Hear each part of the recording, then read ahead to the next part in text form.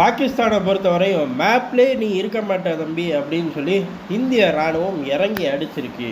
ஏன் இவ்வளோ ஆக்ரோஷம் அப்படிங்கிறதையும் அடுத்த கட்டமாக நம்ம பாகிஸ்தானில் என்ன பண்ண போகிறோம் அப்படிங்கிறத இங்கே விரிவாக பார்ப்போம். பொதுவாகவே இந்திய இராணுவம் அப்படிங்கிறது பெரிய அளவில் பேச மாட்டார்கள், முக்கியமான காலகட்டத்தில் பேசுவார்கள்.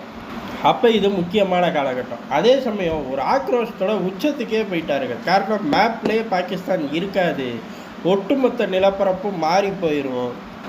அதே போல் முழு தயார் நிலையில் இருக்கிறோம், இந்த தடவை பின்வாங்க மாட்டோம், வீரர்கள்லாம் அதை பயன்படுத்தி உங்கள் வீரத்தை காட்டுங்க அப்படிங்கிற மாதிரி முழு அளவில் ஒரு யுத்தத்துக்கு போகிற இறுதி நிமிடத்துக்கு முந்தின நிமிட ஸ்பீச் மாதிரி இராணுவ தளபதி கொடுத்துருக்கார். இதுக்கு காரணம் என்ன அப்படிங்கிறத 2 நிமிஷம் கழிச்சு பார்ப்போம். முதல்ல தயார் நிலை அப்படிங்கிறது தான் ரொம்ப முக்கியமான விஷயம்.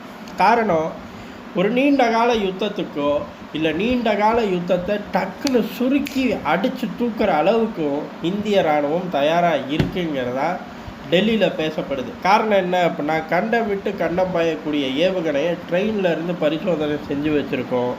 இந்த அதிரடி எதுக்கு, சீனாவை நோக்கி போகவா அப்படின்னு கேட்டால், சீனா இந்தியா யுத்தங்கள் அப்படிங்கிறது முன்னொரு காலத்தில் நடந்ததெல்லாம் இப்போ கணக்கில் கொண்டு வரக்கூடாது, அது வேறு இந்தியா.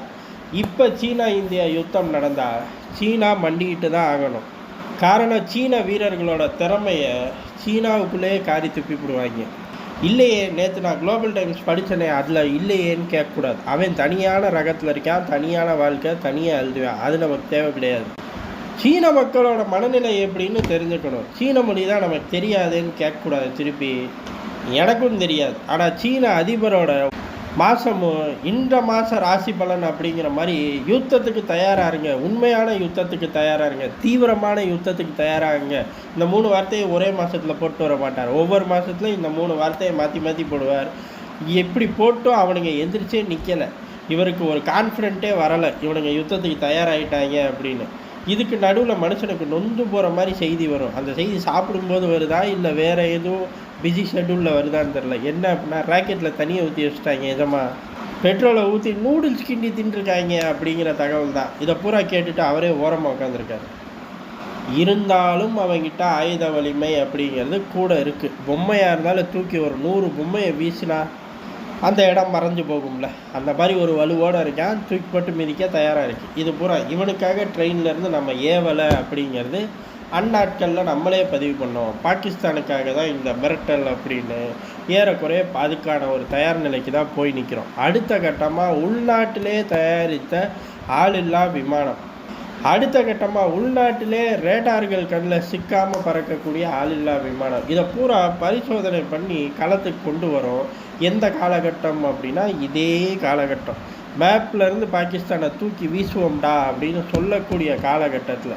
அதே மாதிரி பெரிய அளவில் ஆப்ரேஷன் சிந்தூரில் அடிபட்ட இடங்கள்லாம் திருப்பி, அதாவது அந்த ஆட்களையோ இடங்களையோ பொருளாதார பலத்தையோ சேர்க்கக்கூடிய வேலைகளை தீவிரமாக பாகிஸ்தான் பார்க்குது. கூட பேரலராக இந்திய உளவுத்துறை நடந்து போய்கிட்டே இருக்குது. எப்போ டெல்லி உத்தரவு போடுதோ அப்போ மர்ம நபர்கள் சட்டுன்னு டிக்கெட்டுகள் சிந்தா அப்படின்னு கையில் கொடுத்துட்டு போயிடுவாங்க. அந்த அளவுக்கு அந்த ரேஞ்சிலே தயாராக இருக்கும்.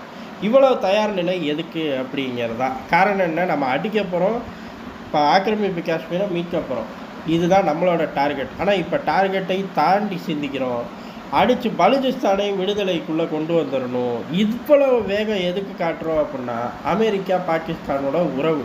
அந்த அமெரிக்க பாகிஸ்தான் உறவு கிடைக்கவுமே பாகிஸ்தான் சம்மந்தம் இல்லாத இடங்கள்லாம் ஆர்மியை பில்ட் பண்ணுது. அதை செதறடிப்போம் அப்படிங்கிறத நேற்றுக்கு வீடியோவில் விரிவாக பார்த்துட்டோம்.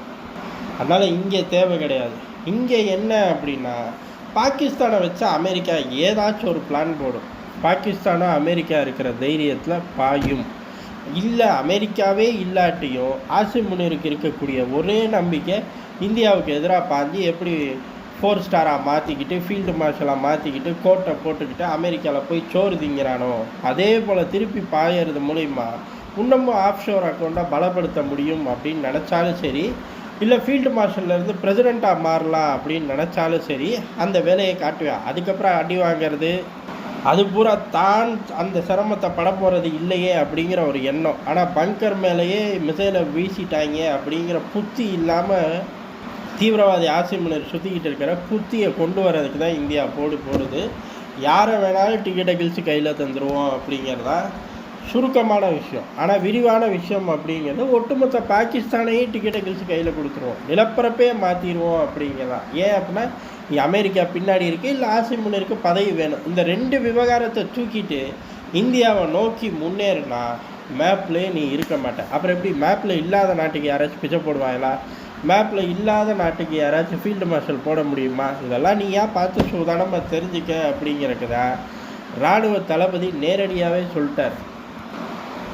ஆப்ரேஷன் சிந்தூர் முடிஞ்ச கையோடு எல்லாரும் சொன்னது ஜனவரி டிசம்பரில் பாகிஸ்தானோட ஒரு சின்ன லெவல் யுத்தம் வரும் அப்படிங்கிறதான். இல்லை அது வரவே இல்லை அப்படின்னாலும் 2.5 வருஷத்துக்கு ஒரு தடவை இவன் எல்லைகளில் நம்மக்கிட்ட அடி வாங்காட்டி அவனுக்கு தூக்கமே வராது அப்படிங்கிறதான். ஆனால் ஆசிம் முனிரோட அடுத்தடுத்த பதவிகள் இன்னமும் அந்த டைம் லைனை சுருக்கிக்கிட்டே வந்துச்சு. இவனுக்கு மிக விரைவில் வாலாட்டுவார்கள், இந்த முறை மொத்தமாக முடிச்சிடணும் அப்படிங்கிறதான் ஒட்டுமொத்த இந்தியர்களோட எண்ணமாக இருந்துச்சு. ஆனால் எப்போ இவனுக்கு அமெரிக்காவுக்குள்ளே போய் ரவுண்ட் அடித்து வர ஆரம்பிச்சிட்டாங்களோ ஒட்டுமொத்த இந்தியர்கள் மனசுலையும் தயவு செஞ்சு இவனுங்களை வாழவே நம்ம விட்டுறக்கூடாது, அரசாங்கங்கள் இறங்கி அடிக்கணும் அப்படிங்கிற மனநிலைக்கு வந்துட்டார்கள். மனநிலைக்கு அரசாங்கமும் வந்துருச்சு அப்படின்னு வெளிப்படையாக அறிவிக்கிறதுக்கு தான் இராணுவத்தை விட்டு இப்போ பேச விட்டுருக்கார்கள். ஏன்னா நேற்றே ராஜ்நாத் சிங் அவர்கள் பேசிட்டார், டிஃபென்ஸ் மினிஸ்டர் பேசிட்டார், இதுக்கு மேலே ஒரு சான்றே தேவையில்லை, பாகிஸ்தானை தாறுமாறாக அடித்து ஓட வரப்போகிறோம், ஒட்டுமொத்த இராணுவ மைலேஜை எடுத்து இந்தியா அப்படி உலகத்தை பார்க்க போகுது அப்படிங்கிறது தான் யதார்த்தமான உண்மை.